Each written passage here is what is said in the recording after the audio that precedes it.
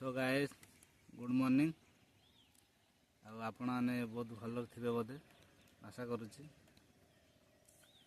आज गोटे गुरुत्वपूर्ण विषय रे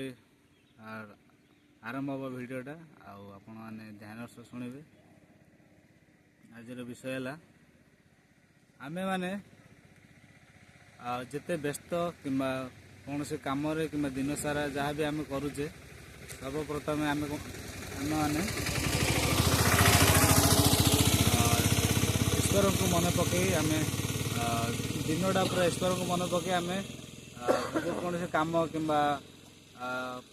पढ़ा क्षेत्र में कि कार्य क्षेत्र में कि आमर बिजनेस क्षेत्र में आम जीवा पूर्वर आम मैंने ईश्वर को मन पकईवा मन पकड़ा द्वारा दिन सारा आम आम माइंडसेट बनी रही आम माने कौन जहाँ भी आम करा चाहूचे आम ईश्वर माने मन पकई काम करने द्वारा आमर मन रे गोटे विश्वास जागृत हुए नाई मु आज ए कर्म करी मु ईश्वर को मन पकई करुच्ची सफलता निश्चय हम आम मैंने कौन कर बेले बेले आम आम सफलता आम कौड़ हासिल होची से ईश्वर को माने डाकिक ईश्वर को मन पकई ईश्वर को प्रार्थना करी प्रार्थना कलापर ही आमर सफलता से हिसाब से कार्य कले से भली स्टेप बाय स्टेप कार्य कलापर आमको सफलता मिली थाए आमे माने माने पैसा माने कमेबा आउ काम करवा आउ खाली व्यस्तबहुल जीवन किसी हबनी भाई व्यस्तबहुल जीवन माने थिबा मध्य भी आमे ईश्वर को मन पकईवा आउ गोटे विषय कौन आम मैंने बेले बेले हाँ भगवान अच्छा भगवान नहांती ईश्वर नहांती यहाँ भावुचे नाई भाई ईश्वर भगवान आमर अच्छा आमको भी देखुं माने आम ठीक ठीक कर्म करचे ना भूल कर्म करचे सब देखुं से फल आम दिने ना दिने आमको एबे नले भविष्य कि आमर पीढ़ी जमीक आम जेनेरेशन अलग पीढ़ी रे से कर्म भी मिली थाई पारे से आम कर्म आम कर चलवा आउ फल के आम आशा करवानी से फल आशा करवानी सेटा नहीं आशा तो करवा निहाती हेले एते आम आशा करवानी जे माने मु एटा कले सेटा मते सांगे सांगे मिलिबो आशा करथिबा हेले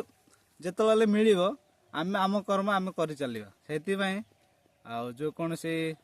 काम करुचे केबे से फल प्रति एते आम गुरुत्व देवानी आम कर्म करुवा कर्म कला बेले आम कर्म जदि ठीक लगुच ठीक ठीक बाटे माने ठीक कर्म करुचे आम ठीक आम ठीक ठाक माने लगुच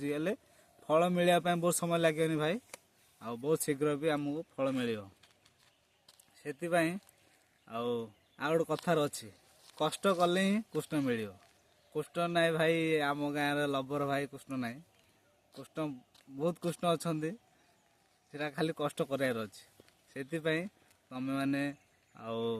ईश्वर को मन पकई ईश्वर को ध्यान करी जो कौन से कर्म आरंभ करूँ सफलता हासिल कर किसी असुविधा हेनी कि सुमेंद्र भाई कौन किसी कहे बहुत खुशी अच्छा बहुत माने भल टपिक बोधे कहे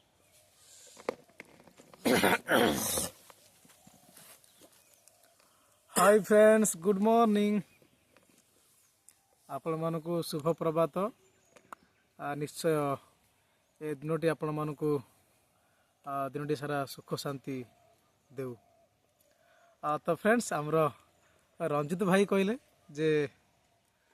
सर्वप्रथम जेकोसी काम करने पूर्व सर्वप्रथम आम ईश्वर को मन पकईवा तो मुझे कहवाई चाहे व्यस्तबहुल जीवन मध्य आम बेले बेले आम ईश्वर को बा जी आम को ए जगत पठे आम शून्य रे आसीना आम निजे कौन आसीना आम ईश्वर योजना बा ईश्वर सृष्टि द्वारा आम जगत को आसीचु बा जगत को पठे तो बेले बेले आम कौन करुचुना निजर निजे सब करी निजे सब यही पार बोलिकी बेले बेले भाविकी आम ईश्वर को भूली जाई थाउ आउ जेते बेले आम सक्सेस पाऊ सेते बेले आम ଈଶ୍ୱରଙ୍କୁ ବା ସୃଷ୍ଟିକର୍ତ୍ତାଙ୍କୁ ଆମେ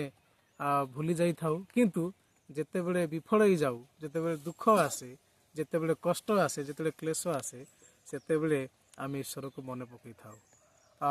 ତ ଫ୍ରେଣ୍ଡସ୍, ଆମେ ଆଉ ତ ଆମେ ଏତିକି ଚେଷ୍ଟା କରିବା ଯେ ଯେକୌଣସି କାମ କରିବା ପୂର୍ବରୁ ପ୍ରଥମେ ଆମେ ନିଜର ସୃଷ୍ଟିକର୍ତ୍ତାଙ୍କୁ ବା ଈଶ୍ୱରଙ୍କୁ ମନେ ପକାଇବା। ଆଉ ବିଶେଷ କରି ଆପଣମାନେ ଯେତେବେଳେ ରାତିରେ ଶୋଇକରି ସକାଳେ ଉଠୁଛନ୍ତି, ସର୍ବପ୍ରଥମେ କାହାକୁ କିଛି ନ କହିକିରି, କାହାକୁ କିଛି ନ ଦେଖିକିରି ପ୍ରଥମେ ଆପଣମାନେ ଈଶ୍ୱରଙ୍କୁ ଧ୍ୟାନ କରନ୍ତୁ, ପ୍ରାର୍ଥନା କରନ୍ତୁ, ଯେପରି ଦିନଟି ସାରା ମୋର ଭଲରେ କଟିବ, ସେଥି ନିମନ୍ତେ ପ୍ରାର୍ଥନା କରନ୍ତୁ। ତା ସହିତ ତୁମମାନଙ୍କର ସମସ୍ତ କର୍ମ ଜୀବନରେ, ଯେକୌଣସି କର୍ମ ଛୋଟ ହେଉ କି ବଡ଼ ହେଉ, ଯେକୌଣସି କର୍ମରେ ଯଦି ଆପଣମାନେ କାମ କରିବା ପାଇଁ ଯାଉଛନ୍ତି, ତ ସେଇ କାମ ଆରମ୍ଭ କରିବା ପୂର୍ବରୁ ଆପଣମାନେ ଈଶ୍ୱରଙ୍କୁ ମନେ ପକାନ୍ତୁ, ପ୍ରଭୁ ଆଉ ମୁଁ ଏ କାମ କରିବା ପାଇଁ ଯାଉଛି, ଆପଣ ମୋତେ ଜ୍ଞାନ ଦିଅ, ବୁଦ୍ଧି ଦିଅ, ଶକ୍ତି ଦିଅ, ଯେପରି ଏ କାମଟି ସୁନ୍ଦର ଭାବରେ ସୁରୁଖୁରୁ ଭାବରେ ମୁଁ ସମାପ୍ତ କରିପାରିବି। ଆଉ ବେଳେବେଳେ ଆମେ ନିଜର ସକ୍ସେସ୍ ଆଡ଼େ ଦୌଡ଼ୁ, କିନ୍ତୁ ଆଉ ବେଳେବେଳେ ଫେଲର ହେଇଯାଉ, ଏଇଥିପାଇଁ ଯେ ବେଳେବେଳେ ଈଶ୍ୱରଙ୍କର ଇଚ୍ଛା ନଥାଏ, କିନ୍ତୁ ଆମେ ନିଜ ଇଚ୍ଛାରେ ଆମେ ଚାଲି ଯାଇଥାଉ। ତେଣୁକରି ଯଦି ଆମେମାନେ ଈଶ୍ୱରଙ୍କୁ ଧ୍ୟାନ କରିବା ସହିତ ଈଶ୍ୱରଙ୍କୁ ନିଜର ସମସ୍ୟାକୁ, ନିଜର ଯେଉଁ ଲକ୍ଷ୍ୟସ୍ଥଳକୁ ଯେଉଁ ଯାଉଛୁ ସେ ବିଷୟକୁ ଜଣାଇବା ସହିତ ଯଦି ଆମେ ପରିଶ୍ରମ କରିବା ବା ଈଶ୍ୱରଙ୍କୁ ଧ୍ୟାନ କରିବା ସହିତ ଆମେ ନିଜର ପରିଶ୍ରମ ପରିଶ୍ରମ କଣ୍ଟିନ୍ୟୁ କରିବା, ତେବେ ଈଶ୍ୱର ମଧ୍ୟ ତୁମକୁ ବା ଆମମାନଙ୍କୁ ସାଥ ଦେବେ, ଆଉ ନିଶ୍ଚୟ ସେହି ବିଷୟକୁ ଆମମାନଙ୍କୁ ଦେବେ। ତ ଫ୍ରେଣ୍ଡସ୍, ଏତିକ ମୁଁ ଆଶା କରେ ଆପଣ ବୁଝିପାରୁଥିବେ। ତ ସର୍ବପ୍ରଥମେ ଈଶ୍ୱରଙ୍କୁ କେବେ ଭୁଲନ୍ତୁ ନାହିଁ, କାରଣ ସେ ଆମମାନଙ୍କୁ ସୃଷ୍ଟି କରିଛନ୍ତି ଏ ଜଗତରେ ସୁନ୍ଦର ଶରୀର ଦେଇ, ଜ୍ଞାନ ବୁଦ୍ଧି ଦେଇକିରି। ତ ଆମେ ସମସ୍ତ ବିଷୟ କରିବା ପୂର୍ବରୁ ପ୍ରଥମେ ଈଶ୍ୱରଙ୍କୁ